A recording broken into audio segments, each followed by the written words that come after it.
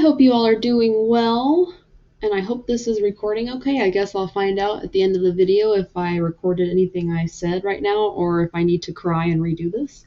But again, hi, I hope you're well. I don't know however else to start these videos. It's so weird talking to a camera. Anyways, last week you were introduced, or earlier you were introduced to the next essay, the Discourse Community Ethnography. This is a very, very, very, very technical essay. So make sure you review those official assignment guidelines because I indicated what the required section headings were for that essay, and they're required. So you want to make sure you have all of them in this essay because that's the genre of a ethnography essay. It's got to have those section headings, and that's what makes it an ethnography. So this PowerPoint, I'm just going to go over those sections in a little bit more detail. This is also your first APA paper, so it's got to be an APA format that you're kind of being introduced to. So let's get into it. Make sure you download this PowerPoint when you're writing the essay as well, because it'll be really helpful. So you need to have a title page on this essay. Absolutely have to have a title page, but more than that, it has to be an APA format. And what that looks like is this right here on the screen. It's got to have this word running head in the corner, in the left corner. The title of your paper, subtitle it something creative, not title of document like I did, super boring here. But notice how title of document is in all caps. So make sure it's in all capital letters right here, but not running head. So just be careful with those little APA things you want to follow. I didn't create APA rules, but it is very technical, so we have to adhere to those APA guidelines. And then make sure you have a page number, and all your page numbers go on page 2. What am I talking about?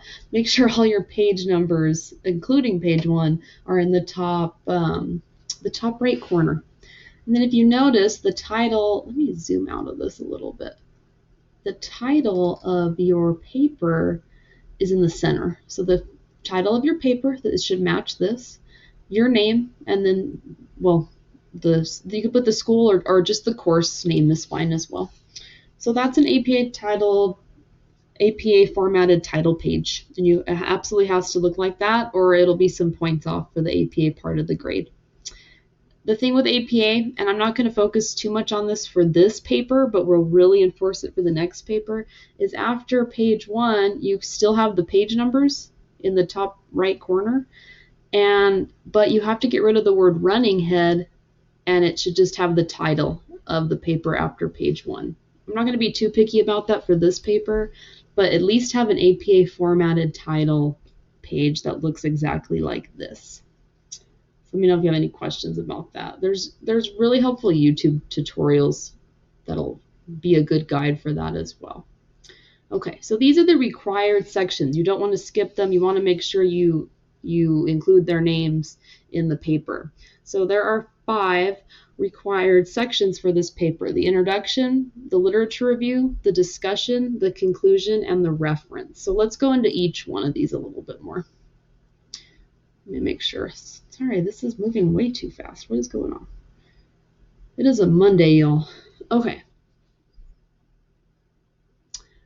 So your introduction starts on page 2 because you have that title page on page 1.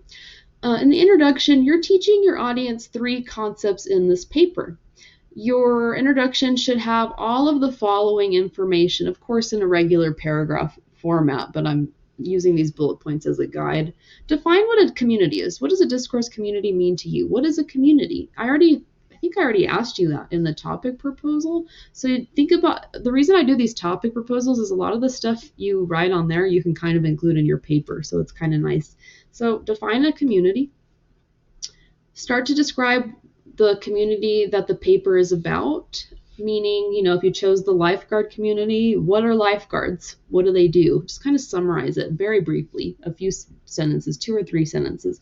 What is this community? Why? Because you want to assume the audience has no idea what this community is. So you're kind of summarizing it first. It's that background information called context. So you situate the audience into the rhetorical situation. And then what is this theory the paper is going to talk about? This paper is applying John Swale's The Concept of Discourse Community Theory. So you got to just mention the name of it at least. And then you should have a thesis. Your thesis should be a sentence that combines 2 and 3. What the community is that you're writing about, that the paper is about. Try to be in third person, so the paper, not my paper or my community. This paper will. And number 3, John Swale's. That's mention the name John Swale's theory and what community, and there's your thesis. Paper should be in third person, so make sure, I say worksheet on Blackboard, but we've already kind of talked about third person point of view. So if you have any questions about that, let me know. The reason you write in third person is because this is a formal APA paper, so it's more formal in tone when you're in third person like that. You're also kind of an outsider writing about a community that you're not a member of, so you're learning about them. So you're writing about them, these people. And then you're not persuading the audience to believe anything. This is just a theory paper, so you're theorizing. So that makes it formal. It needs to be in third. So that's your introduction, all right? Okay, this section is very, very important, but it has to be done a certain way, so be very careful with this. Before you apply the John Swale's theory, you have to assume the audience has no idea who he is or what his concept of discourse community theory is, that they've never heard of it. So that's what the literature review does. It explains his theory to the audience. That way, when they move on to the next section, they understand his theory better. So all I want you to do in the literature review section, in about a paragraph, you don't need it to be too long, 1 paragraph kind of summary, describe in your own words the following. John Swale's The Concept of Discourse Communities. And what I mean by that is that theory that he has, it's 6 different characteristics of what he defines a community to be considered a discourse community. He mentioned 6 different ones. Think about that lecture that we talked about earlier, where I explained the concept in a little more detail. So what I want you to do is define what those 6 characteristics are. What are they? What are they called? What does he define them as? What do they mean? That way your audience understands what the theory is before they read how you apply his theory to your community. You're borrowing a theory, right? You didn't create the concept of discourse communities. You're borrowing it from him. So you need to have an APA in-text citation in this section because you're using a source. This is the only main source that you're using in the paper. You're borrowing a theory to prove a point. So because you're borrowing a theory, you have to cite. If you don't have an in-text citation here, it looks like you created this theory and he didn't. So you have to be very, very, very careful with this. Obviously, we're not workshopping in a physical class anymore. But overall, an in-text citation would look something like this. Author, last name, so Swales here in the parentheses, and then the year the source was published. We're really learning APA this week. So if you have any questions on how to do this, let me know. There's different ways, whether it's a direct quote or a paraphrase summary. In my opinion, you don't need to do a direct quote for this. You just need to summarize the entire theory, and at the end of that paragraph, put this in-text citation there to give credit. So do not skip that. You can lose a lot of points because it's plagiarism. So just be careful with that. Now, a common confusion with literature review. Say I'm writing about the lifeguard community. A lot of students think, and I understand why, because it can be confusing. A lot of students think that in this literature review section, that you start applying the theory to the lifeguard community. Don't do that. In the literature review section, forget about what community you're writing about. Don't even think about it. All you're doing here is explaining what John Swale's theory is. Name the characteristics. What do they mean? Define them. What are the goals? What does he mean by goals? What does it mean for a community to have goals? What does it mean for a community to have intercommunication? Just define the general terminology of the theory, and don't even mention your community in this literature review. And again, don't forget that APA in-text citation. So let me know if you have any questions about that. All right, so you told the audience what community you're writing about. And then you explain what the theory is, you define the theory. So now what? Well, now it's the whole heart of the paper. It's the whole purpose of the paper. And this is called the discussion section. You got to put all this together. You got to apply all 6 of John Swale's, the concept of discourse community characteristics, to your community that you chose, that you're writing about. This section is kind of weird. There's a lot, right? 6 characteristics, applying it with examples to the community you chose. So you need to have a little bit of structure here so the audience can easily follow along. This section can be one entire paragraph. That's a pretty lengthy paragraph if you think about it though, right? Because that's 6 characteristics that you're applying to your community with several examples for each one. So that can start to look a little messy. Or you can write a paragraph for each of the characteristics. Again, that can be a little messy as well. If you're doing that paragraph structure, remember transition words. Earlier we talked about transition words and how to use them. So think about using transition words to guide the audience along to each characteristics. But regardless, this is the most important section of the report because it's where you're using this theory and applying it to the community that you're writing about. So let's talk about this section a little bit more. Helpful hints when writing this section. Always, always, always mention the name of each characteristic of John Swale's theory. This will significantly hurt your grade if you don't, because the audience and myself when I'm grading would be very confused about what you're writing about. I won't know how you're applying the theory. It won't be clear to me either. So think about it to compare. So this is an incorrect way. People talk in person in this community. They use a menu, text, and have receipts. Do you see any of John Swale's characteristic, the words, in this sentence? No, right? We don't see goals. We don't see genre. We don't see communication. We don't see those words. So make sure you're using those words. Think about the rhetorical analysis essay where you had to use the words ethos, pathos, and logos. You're still doing that in this paper in the discussion. So think about it this way, the correct way. One example of intercommunication is that members in this community talk face-to-face by using verbal communication. Another example of intercommunication is that members use nonverbal hand gestures to speak. That is the second characteristic of his theory, that members use intercommunication. So I'm using the word of the theory in there. The more examples you find for each of those 6 characteristics, the higher grade you get. So as many examples as you can think of for each characteristic is important. Fully write about each characteristic with your examples before you move on. Don't jump back and forth. For example, don't write about common goals. That's that first characteristic he has, that members share common goals. Then write about genres. That's that 4th characteristic he mentions. Then go back to goals. So avoid doing that. Avoid jumping back and forth. Once you fully find examples for the first characteristic, move on to the second characteristic, move on to the third. It gives your paper structure and order. Keep it focused. Let me scroll down. Whoa, why are we jumping here? Hold on. Okay. Okay. Helpful hints when, oh wait, then we're talking about this. What's going on? Okay, I don't know what happened. I had a good example. I'll add it to this PowerPoint. If you want, I'm okay with you all, instead of doing a full paragraphs for the discussion, you can use bullet points for this section.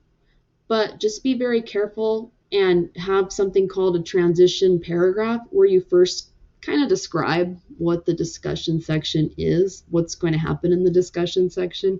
Then if you want to do bullet points, so let me pull up an example.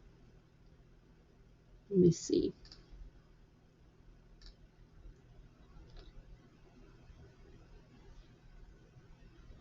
I think it's still recording. Yeah, it's still recording. Okay. So in your discussion, if you want to have some kind of transitional paragraph that first describes the purpose of the discussion section. And then say something like, now, I'm just going to keep going with the lifeguard community. Now, John Swales' theory will be applied to the lifeguard community.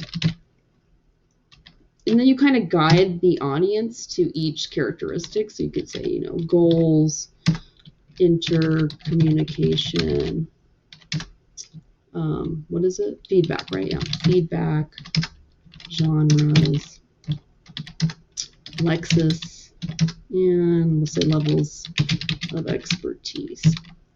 If you want your discussion section to look like this a little bit more, instead of, you know, that paragraph for each one of these where you feel it looks kind of clunky or cluttered, you can definitely do that. And then you just list the several examples for each one here.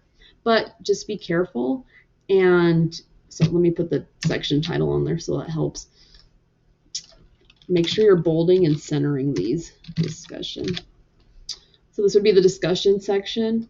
A brief little paragraph that describes, you know, what the point of a discussion section is, that the lifeguard community is a way to determine, using John Swales' theory as a way to determine how the lifeguard community may or may not, you say may or may not because you're finding out if it's a discourse community, meet the characteristics of John Swales' theory.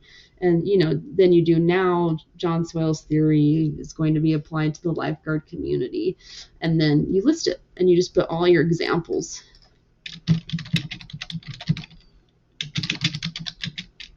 So on and so forth, you know, and that sometimes looks cleaner, but sometimes students feel weird and say, this is an essay, I don't want to do any kind of bullet points. It's up to you. This is a very formal paper, so however you do it, just make sure you're consistent with it. But this is an excellent way to just list all your examples, and it's a clean format. And a lot of students kind of like that as well. I'll leave this template up there on Blackboard if that helps you all in any way. But regardless, you know, fully write about each characteristic with your examples before you move on. So let's go to conclusion.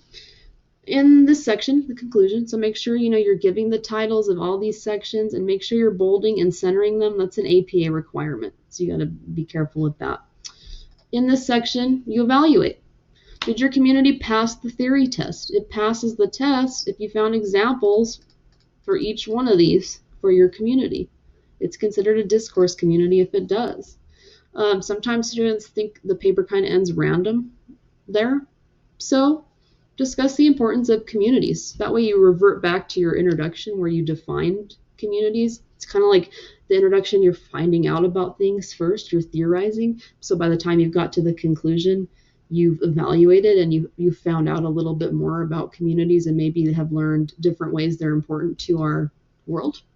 So that's a good way to kind of close that full circle approach. But that's the conclusion. And then don't forget something very important, a reference page. You need a reference page. In the literature review section, you referenced one source. It's your only main source in the paper. John Swales' theory. It's that you had that in-text citation in there. Since you didn't create the theory, unfortunately, you have to cite it and you have to have a reference page for it. So I don't have an APA template for you because I want to push you a little bit and I want you to get comfortable with APA. So you're practicing APA right now, actually. So if you have any questions, let me know. APA is a process. It takes practice. It takes time, but it's a great way this paper is a great way to get more comfortable with it. So that should be the reference page. And then let's go to an extra credit opportunity. There's a section I took out of here that used to be required. It's a little tricky to teach online. I'm still trying to find a better way to teach it online. So I'm doing it as extra credit. It's still a pretty cool way to get extra credit. Whatever community you're writing about in this paper, you don't know 100% about it because you're learning about it. And even if you do know about it a little bit, you're learning about it in a different way than what you normally think about it. You know, a few weeks ago, you weren't waking up thinking, what are the goals of this community? What is the intercommunication? What is the feedback? You weren't asking those types of questions. So you're learning it, you're thinking about this community in a different way. So for this discussion section, this one right here, you're not going to know the answers off the top of your head. You have to find out the information. You have to kind of search a little bit and do some research to find the answers. For example, I'm not a lifeguard, so I can assume what the goals are, to save people, but I don't know exactly types of written genres they use. I don't know specific language and words that they use in the community. I'd have to research it. So what that is, you're not going to be able to guess, that's what I'm trying to say. You're not going to be able to guess what the goals, intercommunication, feedback, genres, lexis, and levels of expertise are. So you have to search to find answers. So, like I said, for example, if you chose a lifeguard community but have never in your life been a lifeguard, then you need to search the internet to find answers. Or if those of y'all chose that fictional community option, well, unfortunately, you can't physically go to this community, right? It doesn't exist. If it does exist, you need to teach me the secret. But you can't physically go there. So you'll need to watch that show that the fictional community is about, the movie, or read the story, whatever type of fictional community you chose. You need to observe it, to take notes, to see if you can find answers for this section, for the discussion section. So let's carry that on a little bit more. Where did I go? There we go. So to continue with this methods section, in order to find answers to the theory, you need to think of some questions first as a good starting point. And you need to format these questions based on Swale's theory to help you find these answers, right? So these are some questions that you can write down when you start to find answers. What are the goals members of whatever community you chose have? How do members in whatever community you chose talk? What are examples of nonverbal? How do members know they're reaching their goals? I have little hints here to help you think about what characteristic it's talking about. What type of written documents, so that's that genre's characteristic, are used by your community? What words are used by your community members? What are the different levels of membership? What expertise does everybody need to have? How do they advance? Anything that helps you find answers to this part of the report, because this is the most important section in your paper. So important. So you just want to make sure you're able to find answers. So it just depends on what your community is. If I chose a lifeguard community, unfortunately, we don't live on a beach, so I can't go to a beach and interview lifeguards. You can't really interview people anyways right now because we're in a strange kind of environment, so people may not be comfortable doing interviews, and I don't expect you to. So type your questions, type these questions in on Google. That's a good starting point to see what kind of websites, videos, articles, etc. help you find answers to the theory. If you chose a fictional community, write those questions down, these questions, or more, whatever ones you write, as you watch or read the genre of this fictional community to make notes of your observations. So if you include a method section, the method sections is you telling the audience how you did the research, how you found your answers, basically, to the discourse community theory. How did you find the answers? Did you go on Google? Did you watch the show? When and where? What kind of questions? List your questions. What kind of questions did you ask? Just little things like that, and it's extra credit. I'm going to provide templates for the method section that you can just use as a guide, and you can just include in your paper. The method section, the audience isn't there during your research process, so the method section just kind of gives them a little hint on how on earth you found the answers to this discussion part of the paper. So use the template as a guide. Like I said, this paper is very, very, very technical, but once you make sure that you're clear on all these required sections, it's a little bit easier in my opinion. Not easier, I shouldn't use easier because it's a technical paper. It's hard for me to teach the paper because it's a lot of information. So it's easier for me to talk to y'all one-on-one about how the essay is coming along. But it's such an important paper because you learn about how communities function, and you learn about maybe potential issues members have within a community, and it also prepares you so much for APA. So it's a really great paper. But make sure you're clear on each of these required sections. Each one is so important, let alone the discussion part is, the whole point of the paper. So let me know if you have any questions or concerns.